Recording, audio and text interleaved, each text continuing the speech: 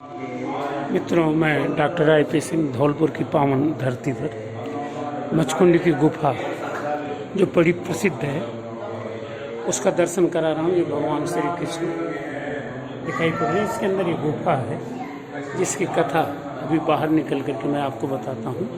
ये यहाँ दर्शक वृंद ये शाम की आरती में सम्मिलित हुए थे और ये तुलसी दल और प्रसाद यहाँ ग्रहण कर रहे हैं। ये भव्य हाल जो भक्तों के द्वारा निर्मित कराया गया है, परिवार के लोग ये यहाँ पर एक दिव्य मंदिर और ये रुकने की जगह। मित्रों, अभी जिस गुफा की बात करूँगा, इधर से देखें ये गुफा धीरे धीरे धीरे धीरे धीरे आगे तो गई है, लेकिन वहाँ जहाँ मूर्ति दिखाई मैंने वहाँ ये बंद हो। जैसा मैंने बताया, ये गुफा यहाँ से शुरू है भगवान कृष्ण, इसके पीछे बंद कर दिया गया। इसके पीछे एक मान्यता है जो अभी को निवेदन करूँगा आप सब। मित्रों, यही वो जगह है जिसे रणछोड़ जी की गुफा कही जाती है और आज हमारे धौलपुर के कुछ नौजवान धौलपुर का नाम बदलने की कोशिश कर रहे हैं और उसे रणछोड़ नगरी कहना चाहते हैं। इसकी कथा ये है कि भगवान कृष्ण जो थे वो शिशुपाल की हत्या के बाद यहीं आके छिपे थे और उससे भी पहले की कथा है कि कोई मुच नाम के राजा थे जो देवताओं की तरफ से लड़ने के लिए गए थे। तो युद्ध खत्म होने के बाद उन्हें मृत्युलोक की चिंता सताई तो नींद आने लगी। फिजिक्स का एक नियम भी होता है कि गति अगर असीमित हो तो समय शून्य हो जाता है, इसलिए वो मान्यताएं असंगत नहीं लगती हैं। तो कहते हैं कि मुचु महाराज को विष्णु भगवान ने आशीर्वाद दिया कि आप जा कर के धौलपुर की इसी जगह पर जो आपको पीछे मैंने गुफा दिखाई है, सामने देख रहे होंगे, हल्की सी गुफा दरवाजे पे आ रही है। ये गुफा अंदर गहरी है, कितनी है पता नहीं। लोक मान्यताएं हैं कि ये काफ़ी गहरी गुफा है, पहाड़ के अंदर तक गई है।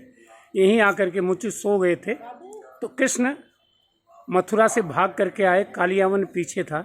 तो कहते वो गुफा जहाँ दिखाई मैंने उसमें वो सोए हुए थे मुचु महाराज, उनके ऊपर चादर डाल करके हुए उनके पीछे छिप गए थे। और कालियावन जब आया तो उसने मुचु महाराज को कृष्ण समझ के लात मार के जगाया।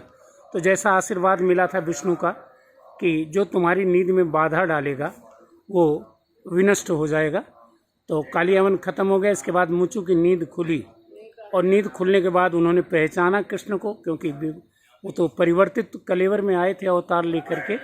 बाद में पता चला कि वो भ्रष्ट ब्राह्मण थे कालियावन और शिशुपाल। तो यहाँ से 1 किलोमीटर दूर वो जगह दिखाई पड़ रही, पीछे आप देख रहे होंगे वो सरोवर है, किसी दिन डालूंगा मैं, जिसे तीर्थों का भांजा कहा जाता है। वहाँ पर उन्होंने ब्रह्म हत्या का प्रायश्चित किया था। और इस तरह से धौलपुर नगरी जो मैंने बताया कि भगवान कृष्ण को की नगरी के रूप में इसे रणछोड़ नगरी कहने की चेष्टा चल रही है।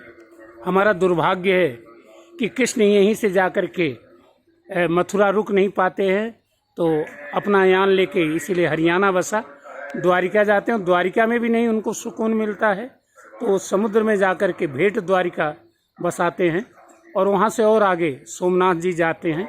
और सोमनाथ के पास प्रभात क्षेत्र में ही किसी बहेलिए के हाथ से तीर से वो मारे जाते हैं, जिसके पीछे एक कथा और जोड़ दी गई है कि बाली जो था, जब उसकी हत्या भगवान ने की तो उसने घायल अवस्था में कहा था कि महाराज मेरा पाप क्या है।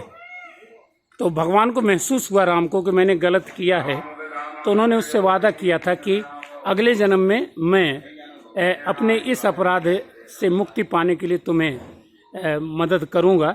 तो कहते हैं कि वही बाली जो है वो बहेलिए के रूप में भगवान राम कृष्ण के रूप में आए थे और प्रभास क्षेत्र में वही हत्या हुई थी। लेकिन बात वही कि ये सारी शुरुआत इसी जगह से हुई है। हमारी ये धरती जिसे पत्थरों का शहर और बागियों का शहर कहा जाता है, लेकिन जो ज्ञानियों का योगियों का शहर है। तो एक बार अगर आप धौलपुर आते हैं तो कृपा करके यहाँ ज़रूर आवें, और बहुत दूरी नहीं, 150 रुपये लेकर के ऑटो वाला आपको पहुँचा जाएगा। निवेदन है कि इस दिव्य स्थान का दर्शन जरूर करें।